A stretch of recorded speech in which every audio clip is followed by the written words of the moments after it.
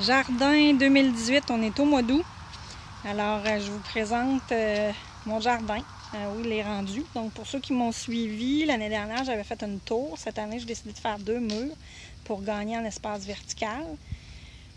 J'ai mis courge, citrouille et melon directement sur le rebord pour qu'il habille l'asphalte. Donc, ça diminue la chaleur de l'asphalte. En même temps, les plantes absorbent la chaleur de l'asphalte.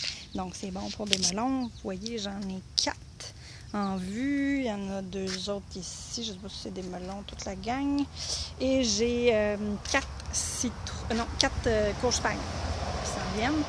Ensuite de ça, j'ai mis fenouil. Fenouil, il faut les décoller si on veut avoir des bulbes. Je ne sais pas c'est quoi le truc pour les avoir comme l'épicerie. J'imagine que les décoller, ça aide. Moi, je vais avoir beaucoup de branches et beaucoup de feuillage pour me faire des super de bonnes soupes. Mais j'ai eu seulement un bulbe et un petit peu raté. Dans les murs, j'ai mis des piments. Ça fonctionne super bien, les piments. J'ai mis des fines herbes, donc il y a plusieurs fines herbes ici. À la base, j'ai du rutabaga, du navet, du brocoli, du poireau. Poireau, même chose, si vous voulez que ça grossisse, je pense que le truc, c'est de l'espace. Alors moi, j'ai pas encore mis assez d'espace. Dans les pots aussi, j'ai rajouté certaines petites affaires parce que j'avais plus d'espace à l'intérieur. Exemple ici, la cerise de terre. Donc, la cerise de terre fonctionne aussi bien dans les pots qu'en pleine terre. Souvent, en pleine terre, la cerise va être beaucoup plus grosse. Il va prendre plus de temps à produire. Et tandis qu'en pot, elle est plus petite, mais elle produit beaucoup. Donc, je vous dirais que ça dépend de l'arrosage que vous allez faire aussi. Ici, dans mon jardin, j'ai des carottes. J'ai repiqué d'autres carottes. Et de ce côté-ci du mur, je me trouve à avoir salade et d'autres fines herbes.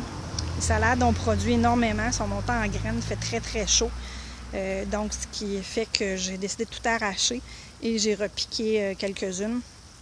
Les nuits sont un petit peu plus fraîches, donc c'est plus facile. Le défaut du mur, c'est l'arrosage. Et lorsqu'on repique, on a besoin beaucoup d'eau, donc ça s'assèche rapidement. Puis je suis cordonnier mal chaussé, fait que j'ai pas le temps d'arroser. Tomates, brocolis. Des brocolis, ça prend de l'espace.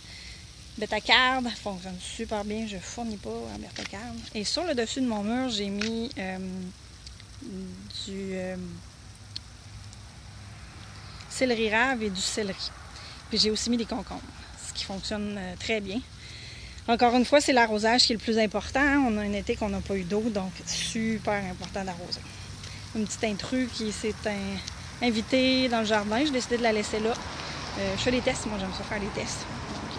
Puis j'ai 2 plants d'aubergines, installés sur le bord du mur, qui prennent beaucoup de place dans mon chemin.